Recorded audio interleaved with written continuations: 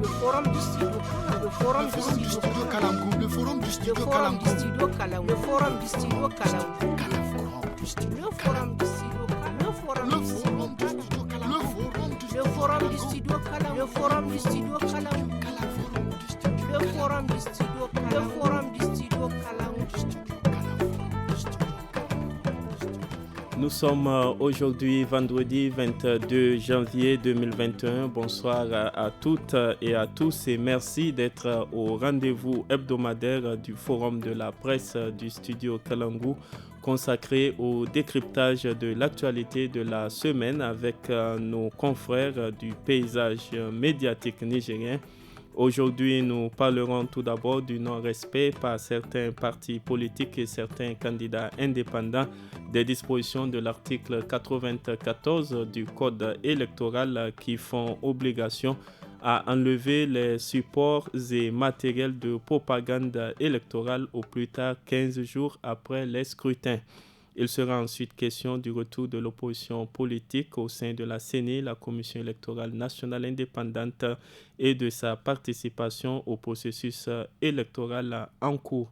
Rappelons que l'opposition politique était absente de cette Commission électorale nationale indépendante CENI permanente depuis son installation. C'était en novembre 2017. Enfin, nous terminerons par l'investiture mercredi dernier du 46e président américain Joe Biden, une investiture qui s'est déroulée sans le président sortant Donald Trump qui s'est envolé un peu plus tôt pour la Floride. Pour échanger sur ces sujets, nous recevons Maïmouna Diado, journaliste indépendante, Husseini Issa, journaliste indépendant également, et Elhadji Mohamedou Suleiman du journal en ligne Niger Inter. À la modération de ce forum, Michel Deji.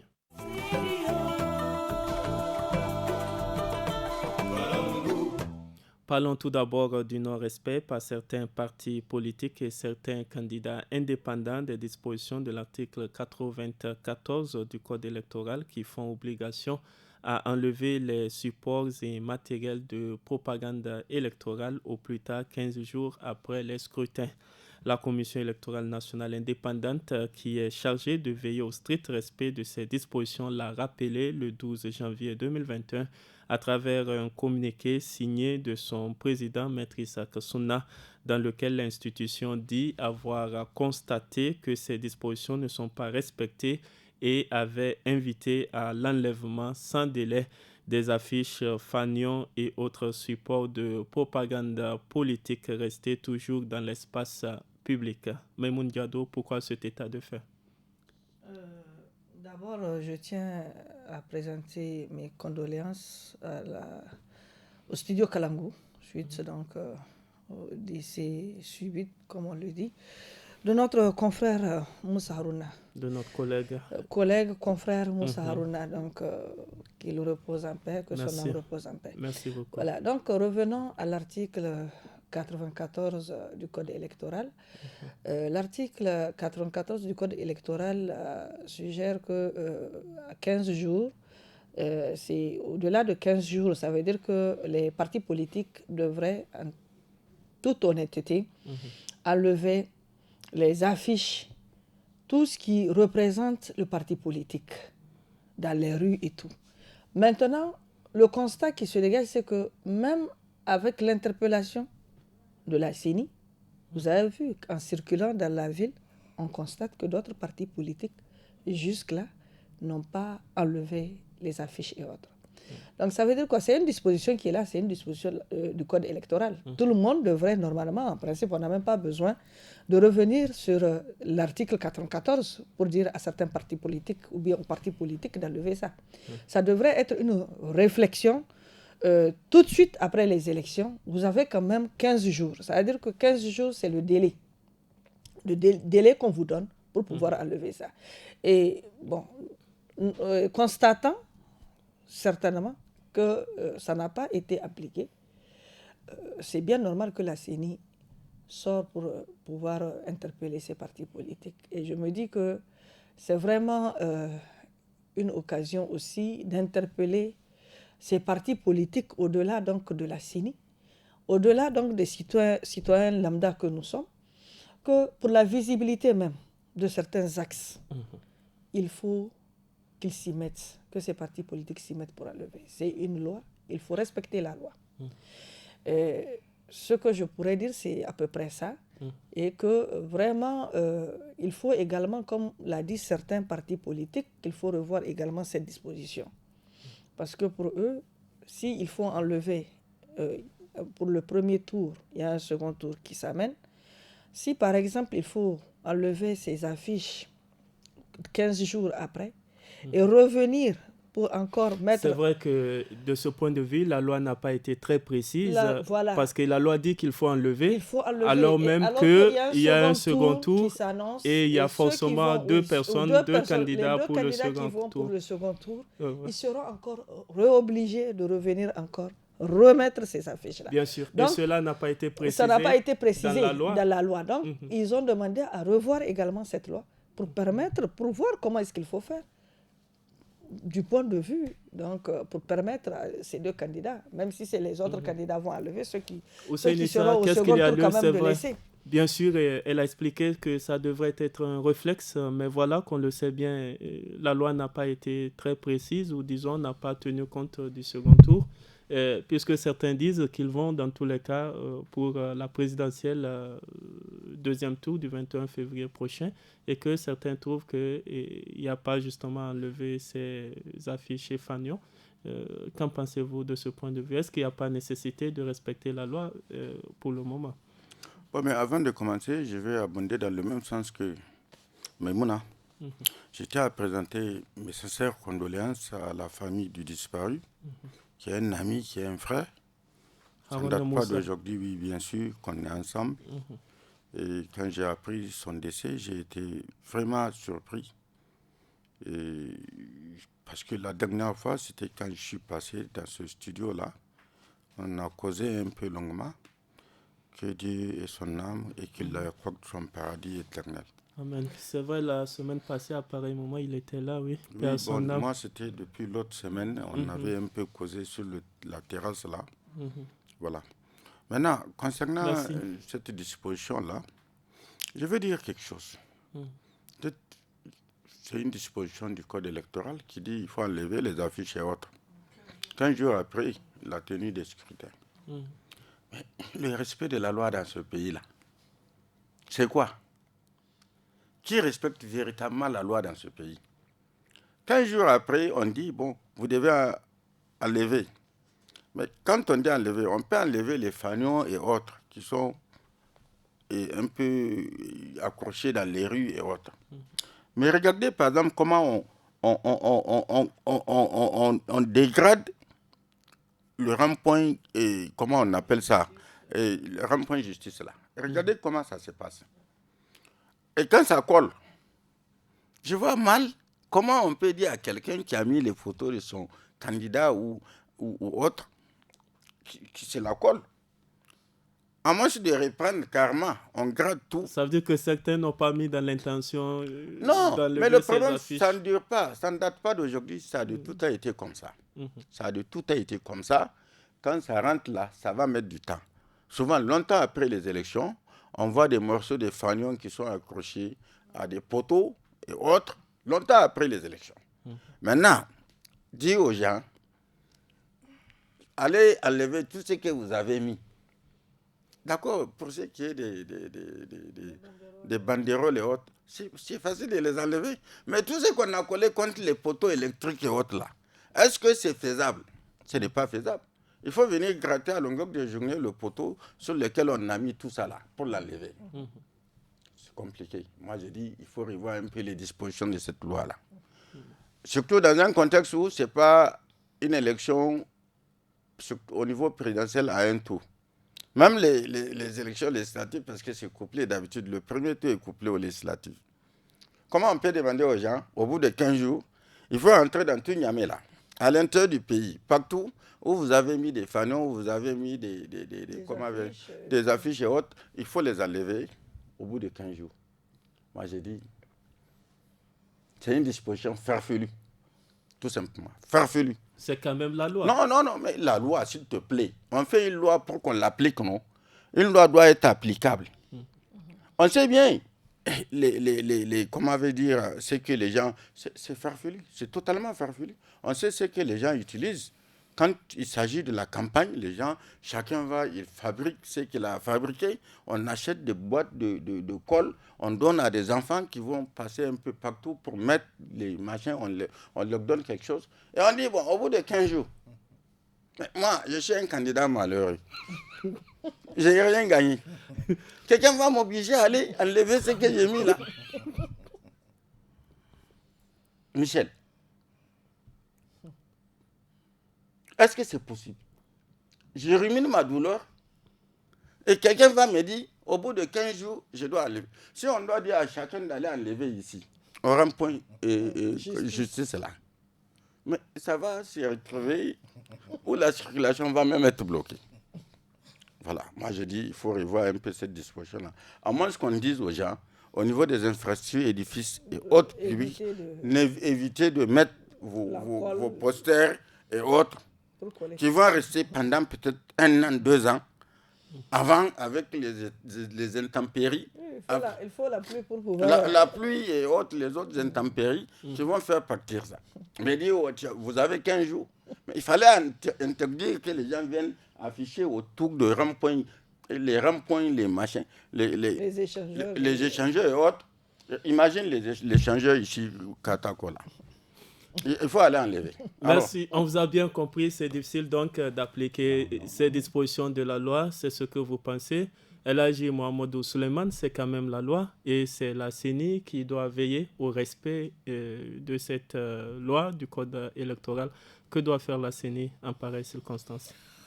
C'est la loi, mais on se rend compte à l'évidence de la difficulté d'appliquer la loi. C'est-à-dire que c'est justement ça la société humaine. Effectivement, le législateur, quand on a conçu la loi, on va essayer de l'appliquer et c'est comme ça, il y a des révisions de lois et de codes, tu vois. Donc cela veut dire que cette loi, véritablement, nécessairement, on doit revoir le code électoral. Sinon, la CENI doit maintenant trouver un mécanisme elle-même pour enlever, parce qu'il faut un travail de police. Parce qu'en fait, le débat ici pose la question du civisme. Et vous savez que les Nigériens, quand il est question de balayer la rue, ce n'est pas notre première qualité. Yes. Donc, c'est-à-dire que, véritablement, soit on révise le code électoral, en tout cas la loi en ce qui concerne cette disposition, ou bien tout simplement la CENI maintenant, peut-être que dans les cautions qu'elle prend, l'argent qu'elle prend au niveau des différents candidats aux élections, programmer maintenant, parce que comme l'a dit Ousseini, quand il est question de placer ces affiches-là, il y avait un fonds pour ça et les enfants sont motivés, ou bien les militants sont motivés pour aller les placer. Mais après les élections, le budget pour la campagne, il n'est plus là. Et comme il a dit, il y a des candidats malheureux, vous voyez. Donc aujourd'hui, il n'y a pas la motivation nécessaire pour aller enlever ces affiches et autres gadgets. Donc c'est dire que véritablement, très simplement, on se rend compte à l'évidence que cette loi n'est pas réaliste et par conséquent, il faut trouver un mécanisme en tout cas réaliste pour qu'on puisse le faire. Parce qu'on n'est pas à la première élection. Moi, c'est la première fois que j'ai vu, en tout cas, ce tapage-là, il faut enlever les affiches. Parce qu'en réalité, aussi, l'autre élément, les gens ont mis de l'argent. C'est-à-dire que, inconsciemment, c'est-à-dire que les gens ont des difficultés à les enlever et mettre dans les poubelles ce qu'ils ont investi avec de l'argent. Donc, vous voyez, un peu, c'est très difficile. Pour ceux qui ont déjà perdu. Donc, il va falloir franchement être réaliste et la CENI doit régler ça, ou bien, en tout cas, le législateur, maintenant, l'Assemblée future, doit en tout cas revoir pour qu'on puisse maintenant véritablement faire une loi, en tout cas au niveau du code électoral, en tout cas une mesure vraiment que tout le monde pourrait accepter. Parce que ça, comme on l'a dit, vous allez voir que l'année prochaine, certaines affiches des candidats, en tout cas, seront là. Donc ce n'est pas pour demain. Donc je pense qu'il faut donc, communiquer, sensibiliser.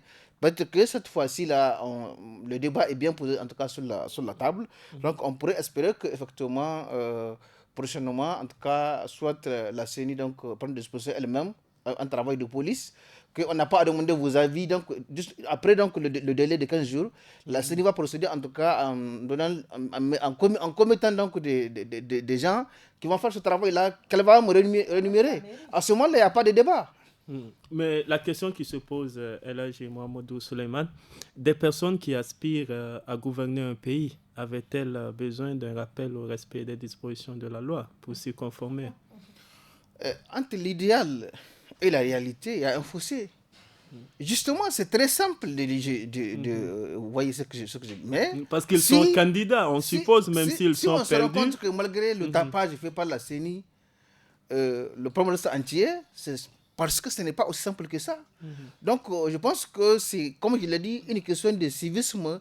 Il faut donc espérer qu'un jour, il y aura des leaders ou bien des responsables des partis qui n'auraient pas besoin qu'on insiste pour qu'ils puissent le faire. Mais à l'État, c'est assez complexe, c'est assez compliqué. Donc, je pense que rien à faire, tout le monde a compris. En tout cas, c'est la loi qui n'est pas du tout réaliste de mon point de vue. Maïmouna Diado, comment faire alors pour renforcer la culture civique au sein des formations politiques au Niger afin de parer à de telles situations? Mais c'est de faire déjà les formations. Mais est-ce qu'aujourd'hui, les partis politiques créer les conditions pour former même les militants, pour les sensibiliser sur certaines choses? Je ne pense pas, parce qu'on ne les voit pas, en tout cas, dans ce sens. Il y a des partis politiques, on les voit seulement quand c'est la campagne politique, mais il y a un fonds, une subvention que l'État met à la disposition de ces partis politiques. C'est justement pour ces cas de figure, c'est pour sensibiliser les militants. C'est pour les amener, les inculquer le civisme. Mais s'il n'y a pas de sensibilisation à leur niveau, comment est-ce qu'on pourrait sauvegarder certaines choses? Et le civisme aujourd'hui, c'est parce que tout simplement, même à l'école, nous avons oublié c'est quoi le civisme. Ça s'apprenait avant. Mais aujourd'hui, est-ce que c'est inculqué? Non. C'est vraiment la sensibilisation. C'est vraiment amener les militants, les Nigériens que nous sommes, à dire que certains endroits, certains édifices, il faut les épargner. Par exemple, les ronds-points, par exemple, les échangeurs. C'est des choses que vraiment, je ne vois pas l'intérêt de coller des affiches où il faut attendre 1 an, 2 ans pour que la pluie fasse le travail à leur place. Ou bien tout simplement, il faut revoir le système de collage ou quoi là. Peut-être faire des papiers, faire sortir des papiers qu'on peut adhésifs, qu'on peut coller, qu'on peut enlever tout de suite, que de mettre la colle et puis de laisser. C'est comme si c'est un challenge. Quand c'est un rond-point, il faut que tous les partis politiques s'amènent à cet endroit pour coller. C'est bien compris. Les biens publics sont sacrés. C'est la Constitution qui le dit. Il faut bien les respecter. Et je me dis que c'est l'État. Aujourd'hui, l'État doit voir la subvention que l'État est en train de donner à ces partis politiques. Il faut les obliger. Il faut obliger ces partis politiques à faire des sensibilisations quand même, à former les militants dans ce sens. Ousseinissa, un mot pour tourner cette page? Oui, mais pour tourner cette page, je vois bien Studio Kalangu au rythme du Niger, Fondation Hirondelle. Le jour où vous voulez changer ça, vous n'avez pas besoin de gratter le mur, enlever la peinture, parce que tout simplement, c'est en vinyle. Vous l'enlevez, vous mettez autre chose. Quand vous allez dans les ronds-points un peu partout au niveau des échangeurs et tout, c'est du papier. Les gens ont mis la colle, ils sont venus. Et c'était une course effrénée. Chacun voulait fixer le maximum de photos de son candidat sur ces endroits-là. Et ça s'est bien collé. Le soleil a tapé là-dessus. Enlever, ça veut dire aller gratter. Quand il s'agit de le faire, c'était facile. Parce qu'il y avait un peu de motivation au niveau des partis politiques. Chaque candidat voulait qu'on voit ses affiches un peu en ville. C'est un candidat, un tel. Aujourd'hui, c'est fini. Comment voulez-vous que les gens ils investissent encore de l'argent pour aller enlever ce qui a été mis? Voilà toute la difficulté. Merci. Il faut interdire tout simplement au niveau de la campagne que les gens viennent afficher sur les édifices publics et autres, que les gens viennent. Et s'ils doivent le faire, il faut créer les conditions pour que ce soit dans des normes bien précises. Où quand ça finit, la personne peut récupérer, peut aller même déposer pour la prochaine campagne. Mais quand c'est du papier, on met colle, on met. Mais alors, pour nettoyer, rond-point, comment ça s'appelle, justice ou rond-point. C'est un peu difficile, on vous a compris. Il faut mettre de l'eau et de l'essence même, pour pouvoir enlever.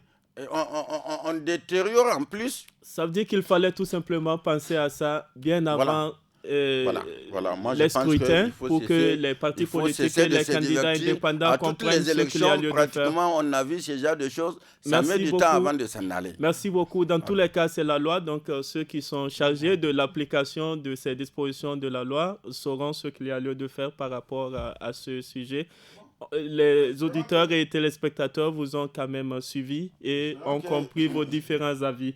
Abordons à présent la deuxième partie de ce forum de la presse, l'opposition politique absente de la Commission électorale nationale indépendante CENI, permanente depuis son installation en novembre 2017, a finalement rejoint cette institution pour compléter le dispositif administratif et fonctionnel, a déclaré le président de la CENI. Le 19 janvier dernier, les 5 représentants des partis de l'opposition ont prêté serment devant les membres de la Cour d'appel à Niamey. El Hadji Mohamedou Souleymane, quelle est votre analyse de cette décision de l'opposition politique nigérienne réunie au sein de la coalition pour l'alternance politique CAP 2021 de regagner sa place à la CENI? À mon avis, c'est une très bonne chose dans la mesure où quand même l'opposition a sa place qu'elle aurait pu occuper depuis, mais compte tenu de certaines considérations au niveau de l'opposition, notamment le dialogue politique qui n'a pas marché parce qu'effectivement, il y a eu des tentatives de dialogue avortées. Donc, l'opposition avait mis en avant le principe que le code électoral, la CENI, tout ça, la mise en place n'est pas consensuelle. Finalement, c'est pas c'est à une occasion aussi. C'est là une posture que l'opposition avait affichée en refusant d'aller à l'Assemblée nationale. Ils l'ont fait de la même façon sur le tard. Ils sont au de l'Assemblée nationale. Donc, je dis vraiment d'un point de vue, franchement, je veux dire, au niveau de l'intérêt général, ça rassure les Nigériens que l'opposition a gagné sa place et ça, c'est son mérite. Mais ce que je pense qui est un peu peut-être regrettable, c'est le fait que l'opposition n'a pas voulu le faire au moment où il était opportun. Je veux dire opportun parce que en ce moment-là, comme dirait l'autre, les jeux sont déjà faits en termes, en tout cas, le plus électoral. Il y a encore le deuxième tour parce que l'opposition dit quand même qu'il faut faire une coalition pour arriver à faire vaincre un des candidats. Il s'agit de Mamoun Soumane pour la coalition CAP 2021. Je sais de quoi je parle parce que le travail à abattre a déjà été fait. Le travail le plus important, c'est la conception du fichier biométrique, tout le processus en réalité. Donc nous sommes au stade terminal du processus électoral, en tout cas pour les élections de 2020-2021. C'est un fait. Mais bon, je pense que c'est une très bonne chose, au moins quand même. Et cela peut-être, c'est une analyse qui a constaté que ils auraient été là, peut-être certaines choses n'auraient pas arrivé. Donc je pense qu'à mon humble avis, la leçon dans cette affaire, c'est qu'il va falloir que les hommes politiques, tout pour confondu, mettent en avant vraiment l'intérêt général, donc le dialogue, doivent accepter vraiment de s'entendre. Parce que tout ce qui est fait de façon consensuelle a le mérite de prévenir les conflits, de prévenir les... Tu vois quoi? Parce que cela veut dire que si l'opposition était dans le processus, peut-être que ce qui est arrivé comme allégation avec ces élections n'aurait pas eu lieu. Donc, bref, je pense que tout ce qui pourrait amener vraiment, en tout cas, rassurer les Nigériens que tout se passe bien, je pense qu'on ne peut que s'en féliciter de l'arrivée, en tout cas, des membres de l'opposition au niveau de la CENI. Il faut donc se féliciter du fait que l'opposition a décidé de regagner sa place au sein de la CENI. C'est ce que pense El Hadji Mohamedou Souleymane. Maïmoun Diado, qu'est-ce qui peut expliquer cette décision de l'opposition politique nigérienne d'occuper finalement ses sièges à la CENI après cette longue période d'absence? Bon, ce qui peut expliquer, je ne suis pas, c'est vrai, dans le secret de l'opposition, mais quand même, je vais donner une petite analyse par rapport à ça. Parce que quand vous regardez, c'est vrai, l'opposition a boudé d'abord la CENI en tant que telle. la composition même de la CENI. Parce que l'opposition s'est vue délaissée. Sur 13 sièges, l'opposition a constaté que les 10 sièges, la majorité occupait les 10 sièges. Donc, ça a freiné. En fait, l'opposition a refusé de toutes les manières d'aller. Maintenant, en revenant avec ces sièges, c'est-à-dire qu'aujourd'hui, ils sont satisfaits. L'opposition est satisfaite de ces 5 sièges. Donc, les 5 sièges, et aujourd'hui, c'est le second tour. L'opposition a boudé, c'est vrai, le processus électoral.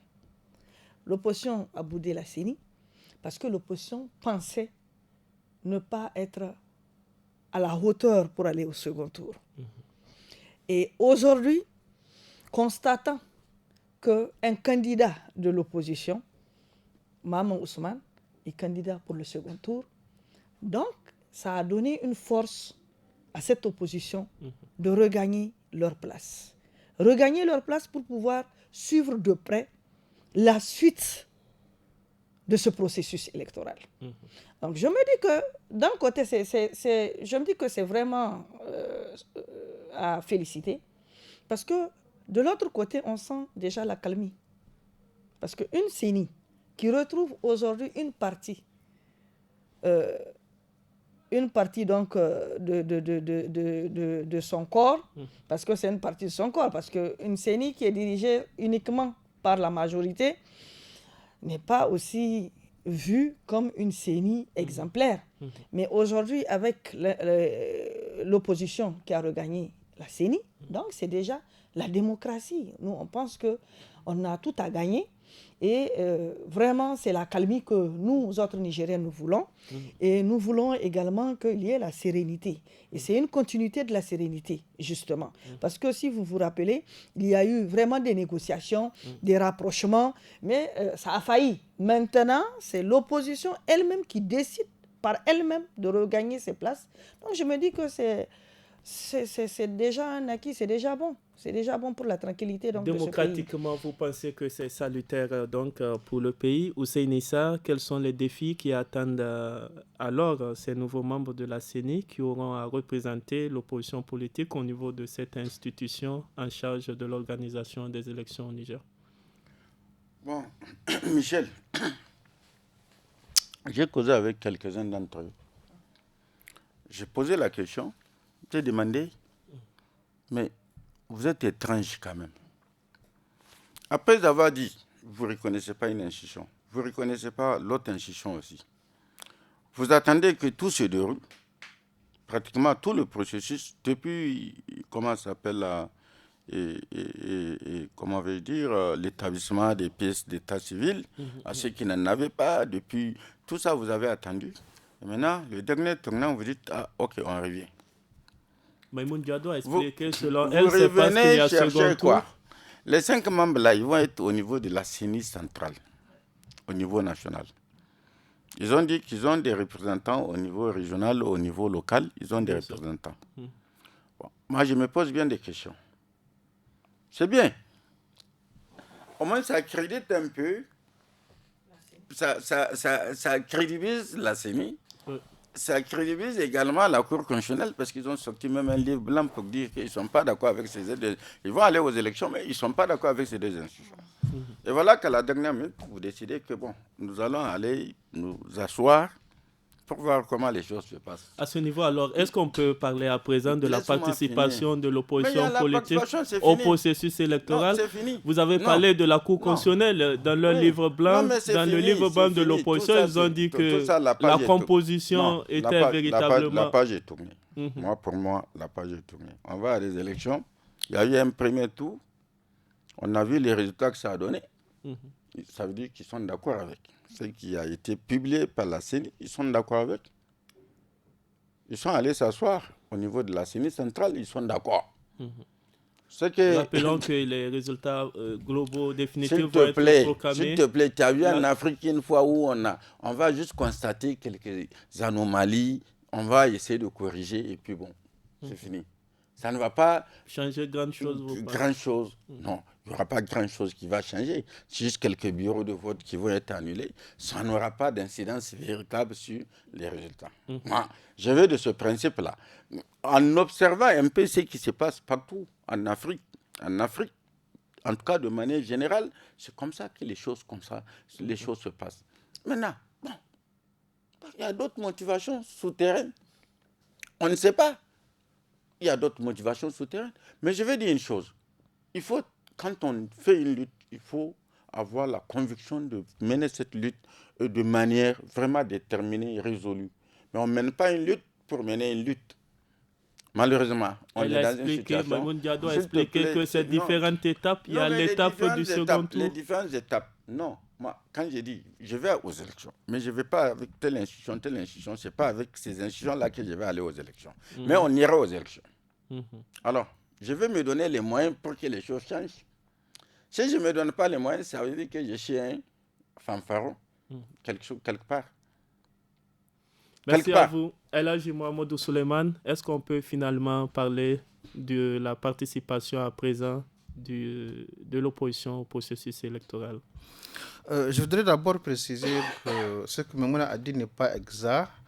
Au niveau de la CENI, en tout cas, selon la version actuelle, en tout cas, de la composition de la CENI, l'opposition a 5 représentants, la majorité a 5 représentants. Oui, on pense que c'est les autres. Les autres n'ont pas de voix, ils n'ont pas de voix délibérative. Les autres n'ont pas de voix, mais l'opposition pense que c'est des gens de l'administration, c'est des gens qui... L'opposition, en fait, selon l'opposition, c'est que les 5 là, la majorité pense que c'est des voix neutres, mais c'est que selon l'opposition... c'est que c'est des voix qui sont en faveur de la majorité. C'est vrai, c'est discutable, mais c'est pour expliquer un peu ce qu'elle dit. Allez-y, Elhaji Mohamedou Souleymane. Je pense qu'il n'y a pas de débat à partir du moment où ils ont prêté serment, et j'ai entendu, en tout cas, ils ont pris la parole pour dire que véritablement, ils sont venus apporter leur pierre à l'édifice. Donc, je pense qu'on ne peut pas être plus réaliste que le roi. C'est une réflexion, donc une décision, je pense, réfléchi par l'opposition, même si par ailleurs, effectivement, les analystes pensent que l'opposition n'a pas été constante dans ses déclarations, en tout cas dans sa posture. Mais ça, c'est autre chose. Nous sommes sur le terrain politique. Tout à l'heure, nous avons, par exemple, constaté que une loi n'est pas réaliste. Effectivement, l'opposition peut avoir une posture, mais la réalité peut imposer une autre conduite. Et je pense que c'est cela, en réalité, elle n'a pas pu opposer un rapport de force qui puisse effectivement l'amener à continuer dans sa posture. Donc, je pense que le terrain politique, il n'y a pas de plus réaliste. En fait, contrairement aux postures politiques, on dit dans un discours, vous voyez par exemple, aujourd'hui nous sommes dans un contexte d'alliance, mais il y a des choses qui sont vraiment très curieuses. On a vu par exemple des révolutionnaires aujourd'hui qui ont pensé qu'a priori ils n'ont pas à attendre pour en tout cas prendre position. Mais le contexte politique fait qu'on ne décide pas a priori, on réfléchit avant de décider. Et c'est ça, effectivement, l'opposition avait pris une posture irréaliste. Et à l'épreuve des faits, se rendre compte à l'évidence qu'en réalité, ne pas être au niveau de la CENI, ça les pénalise. Doublement. Parce que aussi, ces représentants, après 10 ans d'opposition, je pense que c'est aussi, vraiment, je suis gêné de parler en ces termes, être à la CENI, par exemple, les gens qui, pendant 10 ans qui sont là en train de trimer, au moins, quand ils sont à la CENI, ils ont quand même de quoi assurer le carburant. Donc, bref, c'est dire que, véritablement, je pense que c'est une décision Vous pensez sage. toujours que l'opposition aurait dû faire ça depuis longtemps. Merci beaucoup. Merci. On vous a bien compris. Par rapport à la composition de la CENI, c'est compris également. Les téléspectateurs, auditeurs feront leur propre analyse de la situation, justement. Entamons à présent la dernière partie de ce forum consacré à l'investiture mercredi dernier du 46e président américain John Biden. Une investiture qui s'est déroulée sans le président sortant, Donald Trump, qui s'est envolé un peu plus tôt pour la Floride, contrairement à la tradition américaine qui voudrait que le président sortant et son épouse accueillent à la Maison-Blanche le nouveau couple présidentiel le matin de l'investiture et que tous se rendent ensuite au Capitole. Cette investiture présidentielle américaine marque ainsi la fin de 4 ans de présidence mouvementée de Donald Trump. Elhadj Mohamed Suleiman, que retenez-vous de cette investiture et comment cette arrivée à la Maison-Blanche de Joe Biden est accueillie par la communauté internationale? Je pense que, en tout cas, à regarder les médias internationaux, effectivement, c'est un ouf de soulagement parce que, quand même, Trump avait, en tout cas, brûlé les règles même de la diplomatie internationale. Avec Trump, le multilatéralisme avait pris un coup. Aujourd'hui, on pense que, parce que lui, pour lui, American first, donc c'est l'Amérique avant tout, et que, par exemple, il a posé des actes diplomatiques, par exemple, il a rompu l'accord sur le climat, il a retiré les États-Unis. Et il a posé beaucoup d'actes, franchement, qui ne rassurent pas le monde. Joe Biden a dit que justement la journée du 20 janvier était une journée d'espoir. Vous partagez donc cet avis Absolument. du nouvel élu américain. C'est vrai, la communauté internationale, il faut préciser qu'il y a les alliés. Nous avons par exemple l'Union européenne, nous avons le Canada qui sont optimistes par rapport à Joe Biden. Nous avons de l'autre côté les rivaux de la première puissance mondiale tels que la Russie, l'Iran qui sont sceptiques. Hussein Issa, à votre niveau, quels sont les grands défis, selon vous, qui attendent le nouveau locataire de la Maison-Blanche, Joe Biden? Bon, mais moi, je pense que Joe Biden, qui a été quand même un démocrate, je crois que c'est un catholique ou il est... Catholique, bien sûr. Voilà. Il a de Je confession pense que, c'est-à-dire, Trump, c'est un incident de parcours de l'histoire politique américaine. Voilà. Il avait l'argent, il a pu faire ce qu'il a pu faire pour accéder au pouvoir. Il a voulu tout démanteler. Tout ce que l'Amérique avait comme valeur essentielle, il avait tout démantelé. Et s'il avait eu ce deuxième mandat, il allait parvenir à le faire. Il a fait des lois comme ça, il a interdit à des pays, y compris africains, qui ne devaient pas accéder au visa américain, des choses comme ça. Celui qui vient d'arriver, il a déjà balayé tout ça. D'un revers de main, il a tout balayé. Il a pris des décrets pour dire non. Il abroge tout ce qui a été posé comme machin. C'est dire que ce monsieur, c'était un incident de parcours de l'histoire parce qu'aux États-Unis, n'importe qui peut être président. En tout cas, une fois que vous êtes américain et tout, il n'y a pas de raison à ce que vous ne soyez pas président. Mais je pense qu'il donne déjà l'exemple. Il donne déjà des éléments de preuve qu'il est venu pour rétablir la situation et, comme on avait dit, un peu mettre de l'ordre par rapport à ce que l'autre a eu à poser au cours de ces 4 dernières années. Le climat, il dit c'est pas son affaire. Covid, c'est pas son affaire. Machin, immigration, il dit non, il faut mettre tout le monde dehors. Tous ceux qui ne sont pas américains, ils doivent quitter, ou qui ne sont pas de choses d'origine américaine, il faut quitter. Il a pu mobiliser, et Suleiman vient de le dire, le Capitole. Il a mobilisé ses partisans. Il faut préciser que le Capitole, c'est le bâtiment qui abrite... Je suis rentré dans le Capitole personnellement, je suis rentré non, dedans. c'est pour expliquer aux auditeurs, c'est là-bas qu'il y a le pouvoir législatif. C'est le symbole c'est comme l'Assemblée nationale. C'est le symbole même de la démocratie américaine. Qu'il puisse mobiliser, à dire à ses militants, sortez, on se mobilise devant pour empêcher aux sénateurs de se réunir pour pouvoir confirmer l'élection de Joe Biden. Dernier acte en date qui le discrédite totalement. Le fait de ne même pas accueillir un président qui était en place. Tu prends un avion avec ta femme et tout ce que tu avais comme bagage parce que tu ne voulais même pas le rencontrer. Et en menaçant que tu vas revenir par n'importe quel moyen. Ça veut dire quoi? Ça veut dire que tu vas amener le coup d'État aux États-Unis. qu'on connaît chez nous. C'est ça que ça signifie. Par n'importe quel moyen tu vas. C'est la voie démocratique. Aux États-Unis, c'est la voie démocratique. La voie démocratique. Mais non, mais par n'importe quel, quand tu dis par tous les moyens, par n'importe quel, il va y revenir. Mais ça signifie quoi? C'est la voie démocratique, non? Mais va en guerre par rapport à quoi? Merci beaucoup. C'est vrai, il faut rappeler donc que Joe Biden, le nouveau président, le 46e président américain, a prêté serment mercredi dernier. Il a juré sur le livre saint de sa confession, la Bible, puisque comme Hussein Issa l'a dit, c'est un chrétien catholique. Il a juré de faire de son mieux pour respecter la Constitution américaine. Maïmoun Diado, qu'est-ce que l'Afrique en général et le Niger en particulier peuvent espérer de ce 46e président américain, Joe Biden?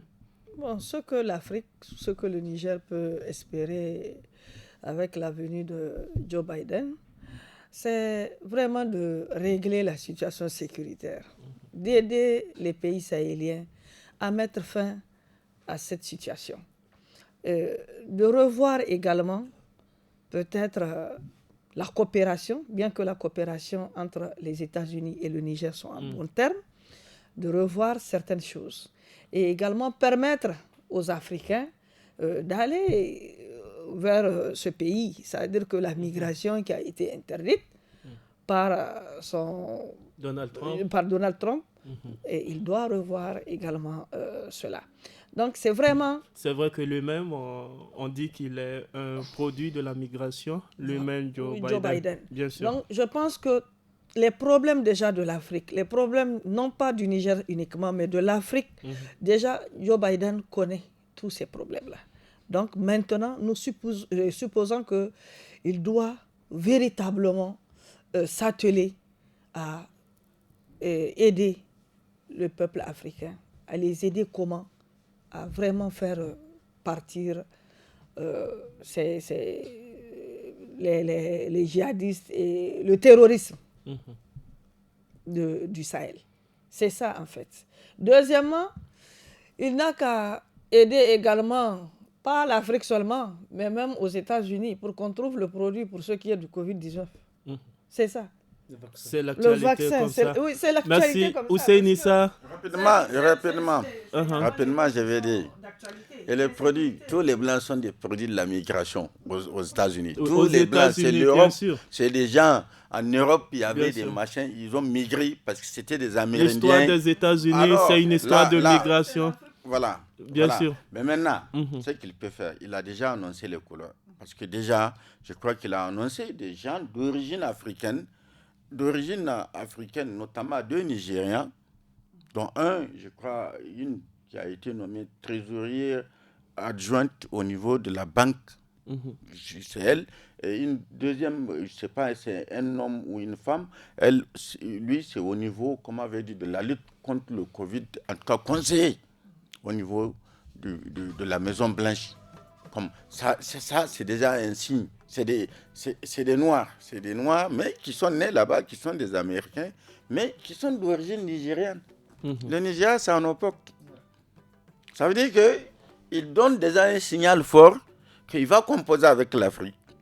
Et l'autre signal fort, c'est que sa vice-présidente, c'est quand même... Mais ce qu'aux États-Unis, les Noirs font partie de la communauté des citoyens américains. Donc, naturellement, il doit travailler avec tout le monde. Non, certainement qu'il va travailler avec tout le monde. Il n'a pas le même comportement parce qu'il y a 2 catégories de citoyens aux États-Unis, quelque part.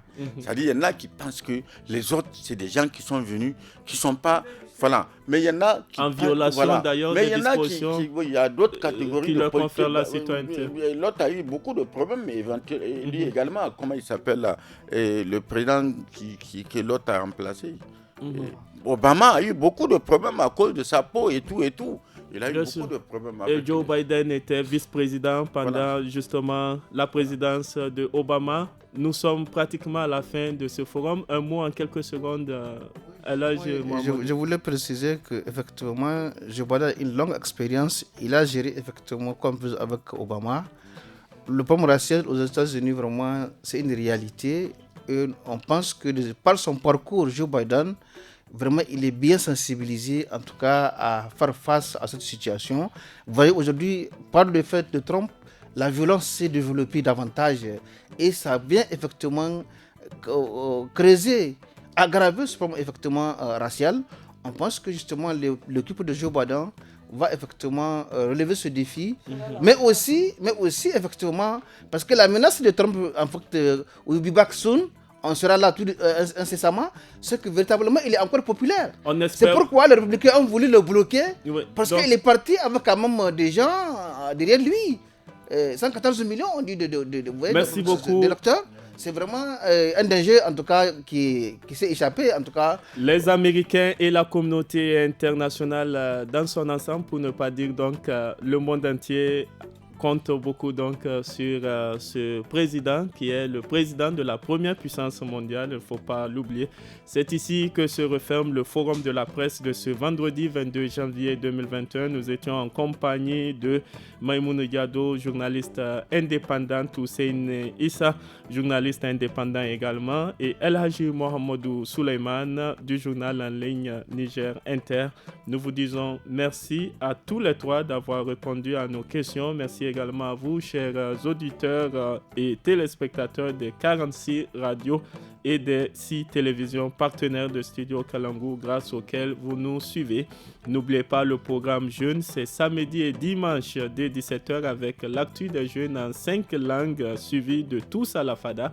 Et à partir de 18h15, toujours samedi et dimanche, les forums en langue nationale Hausa et Zarma du Studio Kalangu. C'était Michel Deji à la modération, Seini Isaka à la technique et Mustapha Yuba à la régie vidéo. Passez une excellente soirée et au revoir.